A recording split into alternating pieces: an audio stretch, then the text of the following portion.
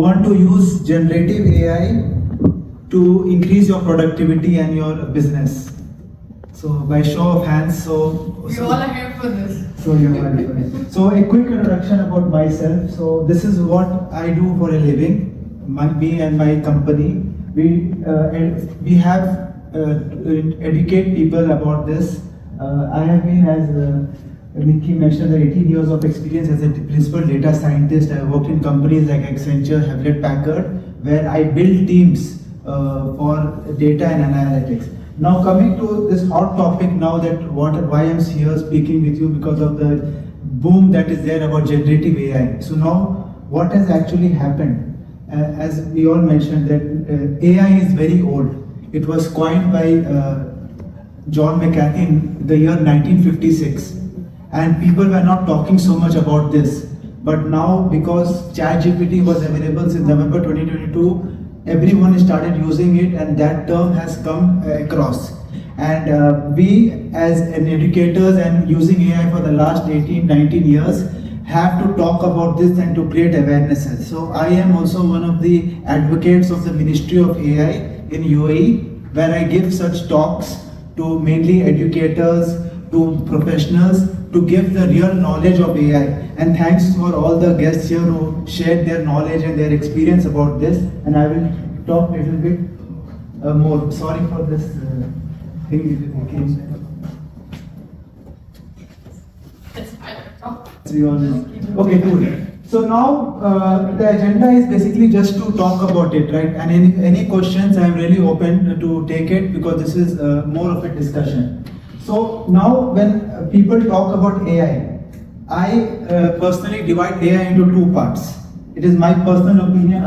Internal AI and generative AI. Generative AI is also something external. What is actually internal AI?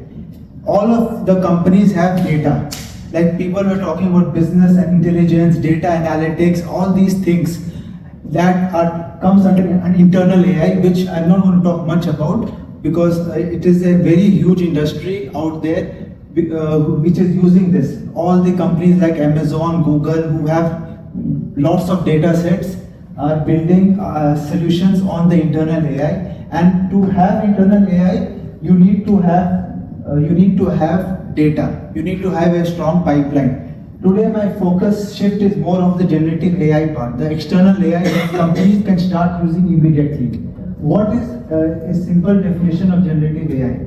So here we have three things. In AI, it is very machines learn from the historical data and give output. But in generative AI, what actually happens is there is an input. The input is called as prompt engineering, which I'll talk in details. There is an AI engine. It can be large language model in this case, or image stable diffusion for images or videos, whatever the case be, and then you get an output as desired. Why I'm showing you these three processes is, internal AI you don't have much control. Whatever the historical data is, only the statisticians or the people who build those machines, they have the power to change the models. But in generative AI, every individual who is using this, some of the panelists told that how they are getting the structures out of it. Whatever output you are getting, you have to do a very good prompt engineering, which I will talk in later slide. You need to be very specific, because it is external AI. You will get random answers if you don't ask the correct questions. And everyone who is using generative AI, which Daniel has told, he got two different outputs. So it is very important to just use it as a structure, as a base, and not to use it as you can say, don't believe it, whatever it is giving, the output that it is giving. You need to play around with it. So now I will talk about the use cases. Every business that is here, every type of businesses that are there, we are going to divide it into different verticals. Right, different verticals. So generative AI can be used in all the different verticals of any business. It can be any domain. It can be healthcare. It can be finance, as you are selling, or any company that is there. 6 verticals are there. There will be a weightage, different weightage for different companies. Like for some companies, marketing and sales is important, operations is important, IT and engineering is important, risk and legal, HR and utility. How it will be used, I will talk. So it is from McKinsey report also. I and some of the reports that have come from PwC and all that. From that I gathered this information. So these are the mainly 6 verticals. It can be domain agnostic. Every domain, every business, it can be a big company, large company, or a small company. You will be covering all these verticals plus or minus according to your exact business. So now coming to specific use cases, I just want to quickly tell. There are a lot of list of this. I will not go into too much details about this. These are from research. Many companies have already started using it. There are questions about regulations and all that, but we leave that to the government. We as advocates, we tell the government that you need to control. There are a lot of debates who owns the data, who owns the regulation, but the government, that is for the government to decide. But for a business, we need to be careful how we use these things. We need to declare, as someone mentioned, we need to declare this output is generated by using the help of AI as well. So now marketing and sales, everyone here can start using generative AI for marketing and sales. Sales copy. See, DALL-E 2 Midjourney prompt is very good to get a lot of wonderful images that are there. You have to write good prompts to get it. I'm just giving the use cases, correct, not correct, we can discuss later. Operations, Priya over here mentioned about Zini. So it comes under operations, the chatbots that are there. IT engineering, I use this a lot to write code. I don't, to get ideas, the structure of writing the code, but actually it takes a lot of time to do documentation of the codes, documentation of your whatever code, whatever systems you're designing, and this actually gives a good structure, as he said, good structure and good way to do the documentation and do the automated tasks quickly using these cases. Similarly for the others, risk and legal, HR, and the most important that many people have already started using it is in the employee utilization. All of us are sending emails, all of us are doing the communications. We can use this as a reference, but there are best practices. You need to know the best practices to use these tools. I'm not only talking about ChatGPT. There are a lot of other tools also like POE and other tools available to use it carefully, and also you can create your own LLM very easily nowadays, because now TII has come up with a very good LLM that is available for everyone to use as well. So now I will just quickly tell about how to use this professionally. For anyone, all of us as an individual, I want to focus on, not on big companies, is you need to know this term called prompt engineering. This is little bit, I will just give a use case scenario. Suppose there are the prompts that we are giving the tools. Like before we used to give Google search. We used to give the search and we used to give a multiple outputs which you get. But now we have to know the types of prompts and we need to play around with the prompts to get our output. That is very, very important. And majorly the prompts that are divided into 4 things. Instructions, questions, input data, and examples.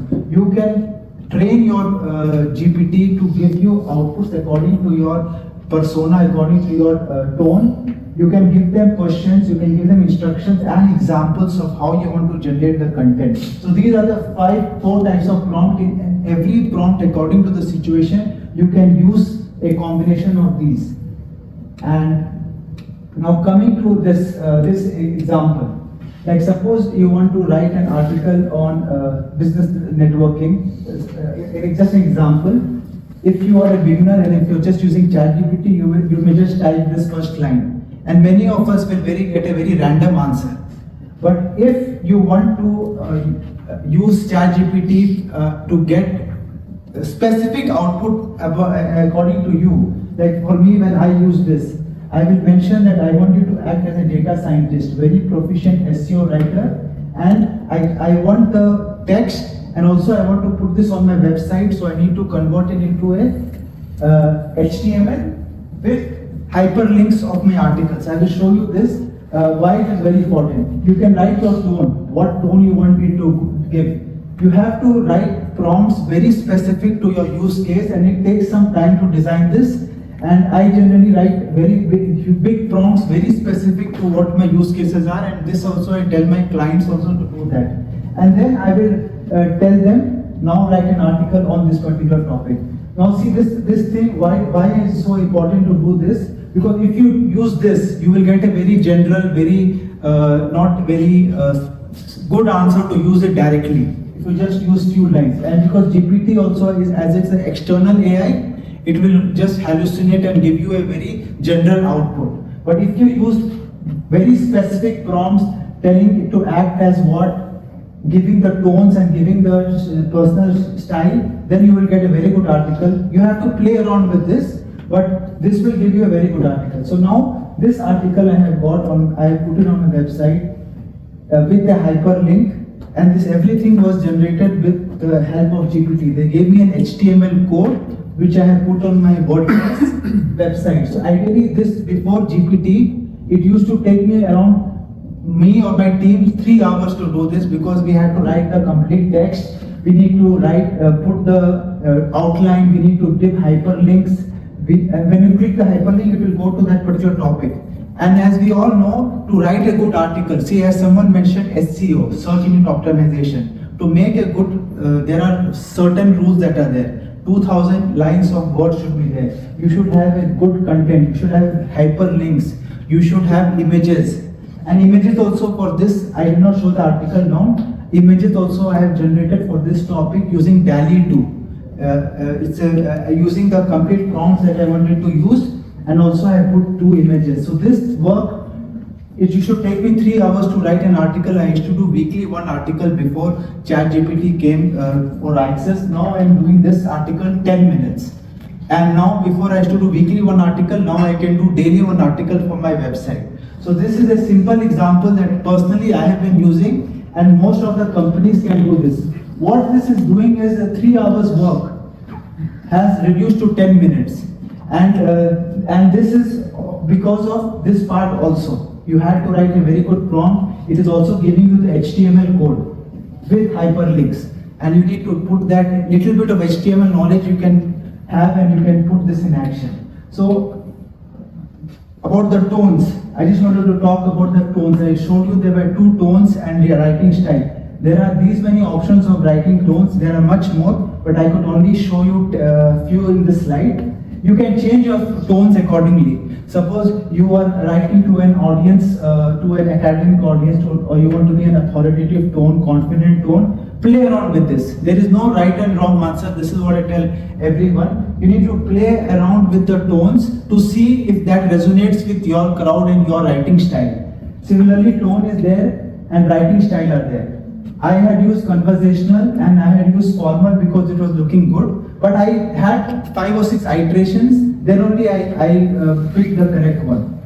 So you can also train, I said, your writing style and your tone. You can give them 5-6 blogs of your previous that you had written by your own, and tell the GPT to tell and decide what is your tone and what is your writing style. It will tell you that as well, and you can use the same thing as well. So quickly, DALL-E 2. So if you can see this, if you can guys guess this image, can anyone guess this image? What it tries to tell?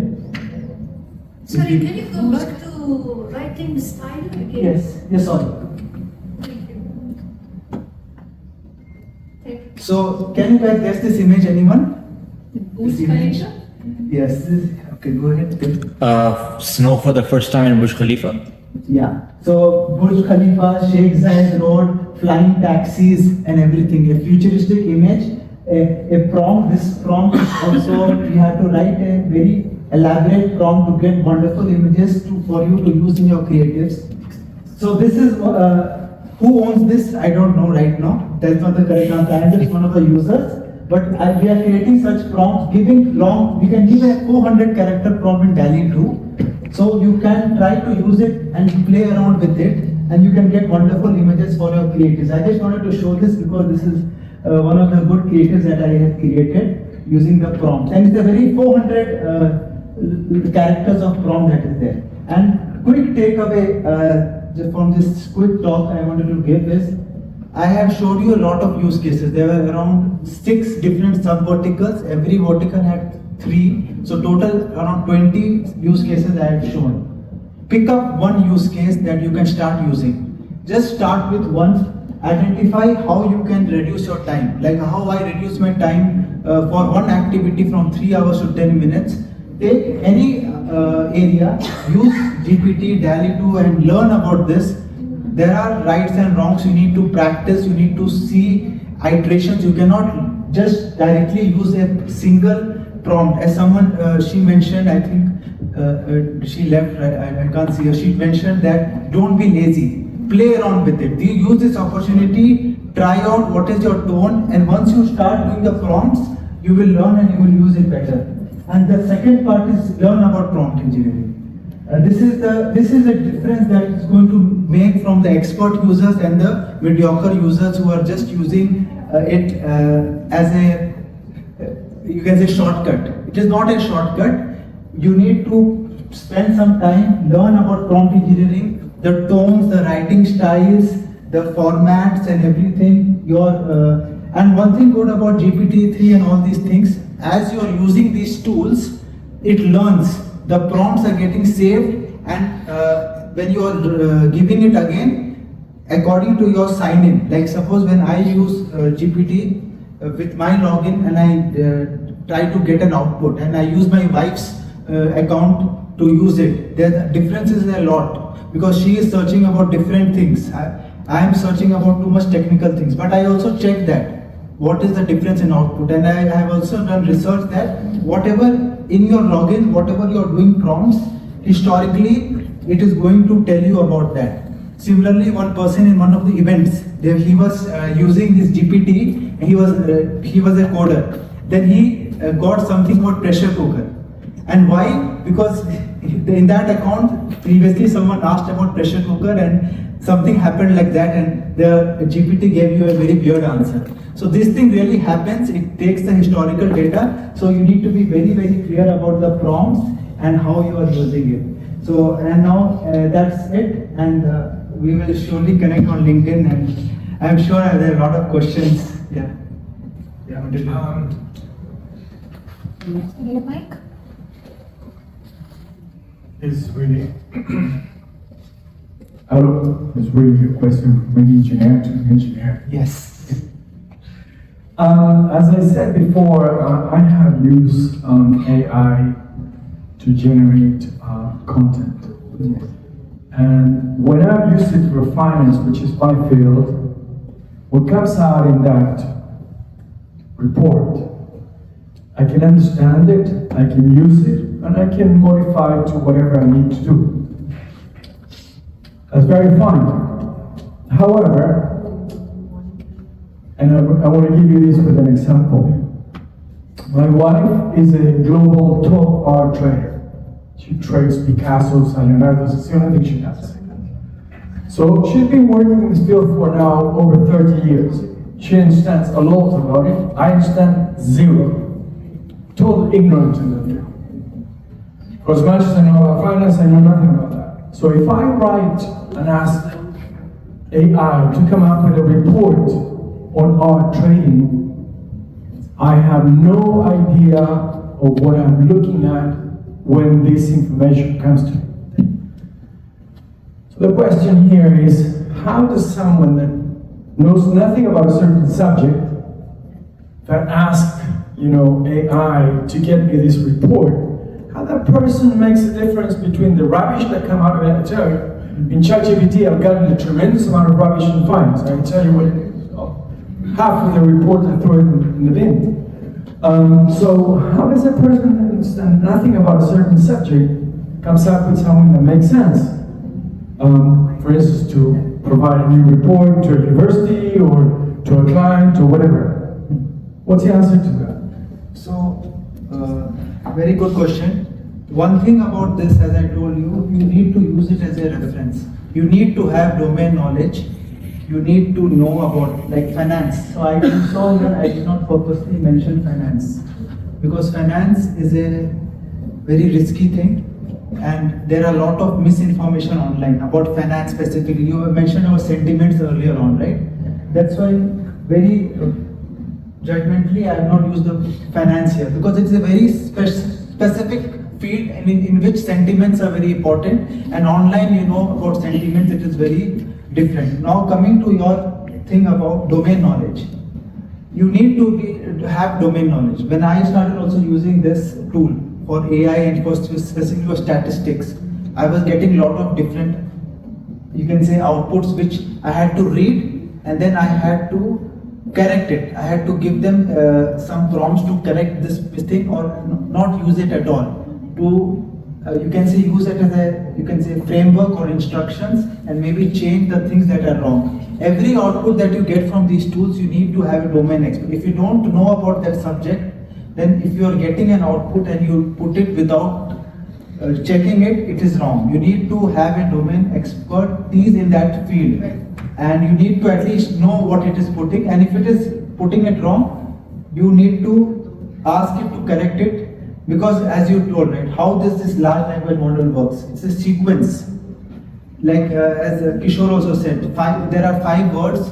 What is the 6th word going to come? And it gives the probability. I'll just give you an example. If you are using GPT, I will tell every one of you here to try it in playground. When you try it in playground, you will get what is the frequency of the 6th word to come when you are putting the 5th word. And then you will learn about it is biased. We all know it is biased. Perhaps there is a business opportunity for anybody who wants to take it. AI on AI. I. Follow me? Yes. Follow me?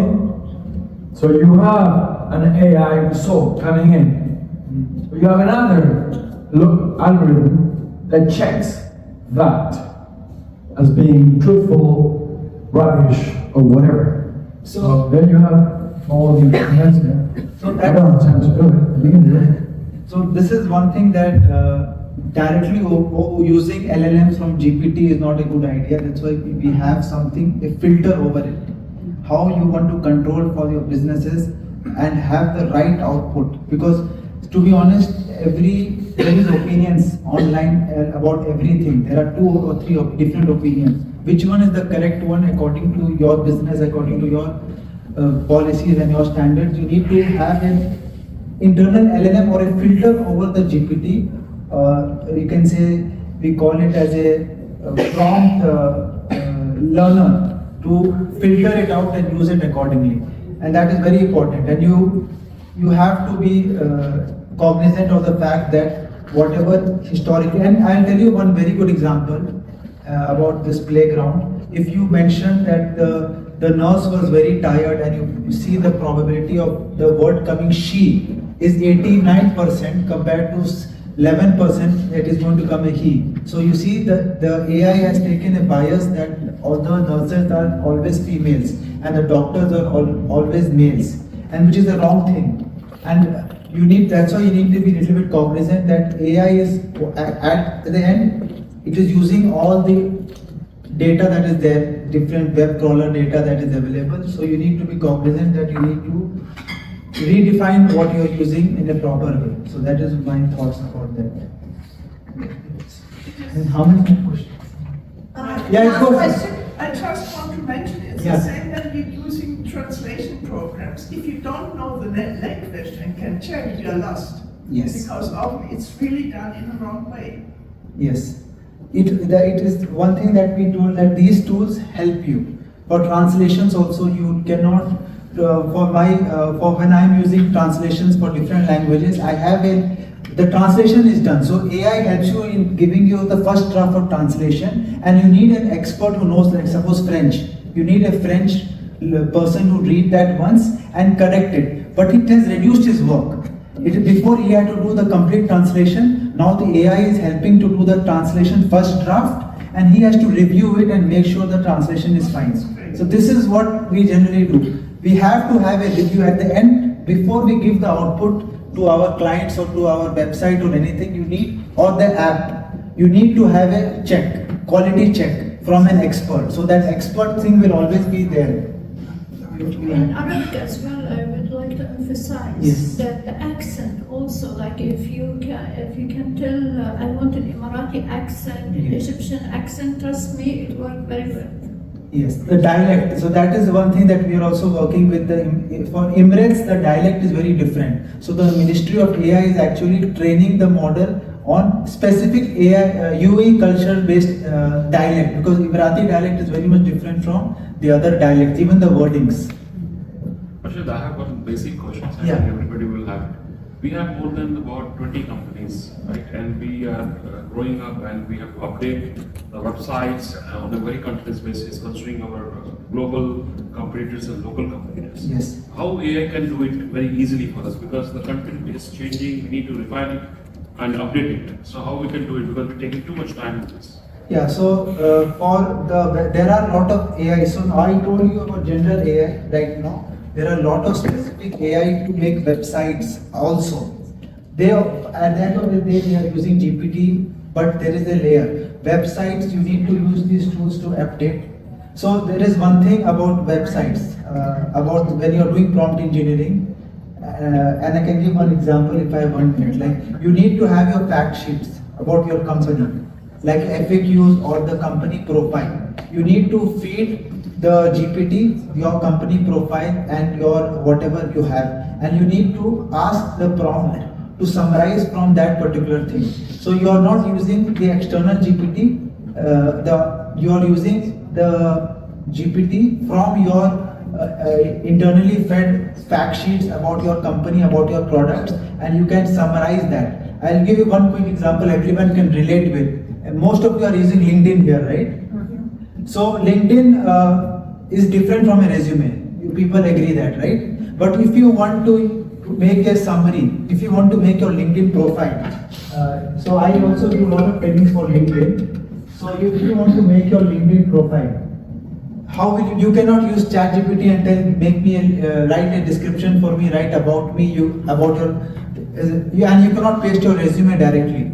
So you can train to make your LinkedIn profile using your resume. Upload your resume to this prompts, and from that resume, then you can ask specific question.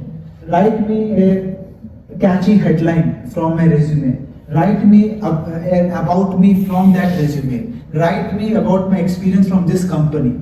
It is going to give you a very wonderful thing, and now it is not going to go to the external web and give you the output. It is only checking your resume, which you have made completely for 3 pages, and it is using that as a universe.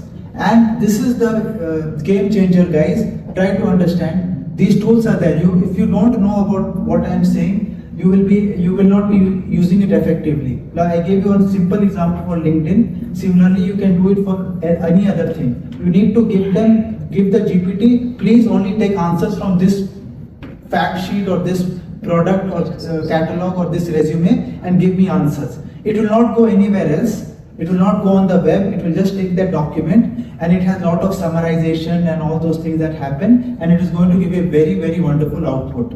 So this is one simple example I use a lot for all my clients, using the resume, how to get the LinkedIn keywords. If you want specific keywords also to be added, you can also mention that from the resume. So these are some of the use cases that you can work with. But you're talking about ChatGPT, and we can use the bot also same way? Which bot? The Google one? Bart. Yeah, you can use anything. But no, I am specifically talking about whatever I am talking about is OpenAI GPT. Okay. Bard is I'm not talking about ChatGPT and all this. I am talking about GPT. You have to give the prompt. You have to use that. It is a little bit different from Bard and from the other software, the Bing AI. This is using the GPT for thing that is there. You need to give. It's a little bit customizable, but it's very easy to use. I think the last question by Shamji. Shambi, yes. Thank you, Ashwin. Very nice and very motivating to explore the journey more. My question is, what you said that in 10 minutes now you can generate an article instead of 3 hours, right? You said that, which means you are now posting every day. Yes. So keeping the human factor in mind, where do we, as humans, where do we find the time to read like this, all the other information which is coming up and convert it to knowledge for ourselves? Or is your advantage in this that you're using SEO so it comes up higher in the ranking when we are searching for something? Tell me something. Okay, so this very good question. So now a lot of content is getting generated. We all know because of AI, a lot of content, but good quality content is the thing that is not that well, right? The way I am creating that content, for that, I just showed you an example. First reason is I know people don't have so much time to read every day, but for SEO, you know it takes a lot of time to write very good articles for SEO if you want Google to take you as an expert. So these articles really help, and you are giving articles for solving some business problems or talking about what you are doing, and this is even a repository for you. And if a person is interested to learn, I know he will not read it every day, but if he comes to your website, he will have a repository of choices to read from, and he knows about the authority of the thing, right? He knows the quality. So this is really important. Right now, to be honest, to build something called as an authority. Google also takes an authority, and whenever you search, it will give you an output. And how to build the authority is by these well-written articles on your page, good SEO that is there. So this is a mission about that. Before I used to do every week, now I am doing it daily. So now I am having much more articles, and my visibility also in Google is increasing slowly and slowly. So this is the advantage of it. If people read it, not read it, that is, you know, when you put something out, if it is informative, if not today, tomorrow or others, it is always there for the people to learn. And now this generative AI field is changing so much. So you have a lot of articles to write about, a lot of topics to write about, and so that is it. So that if I can answer you, it is building authority. So I think that your personal branding would also be actually. Yeah, the word is, yeah, personal branding is one thing. For authority, personal branding is important, and this really helps as well. Thank you. Thank you. Thank you so much for the informative session, and I think everybody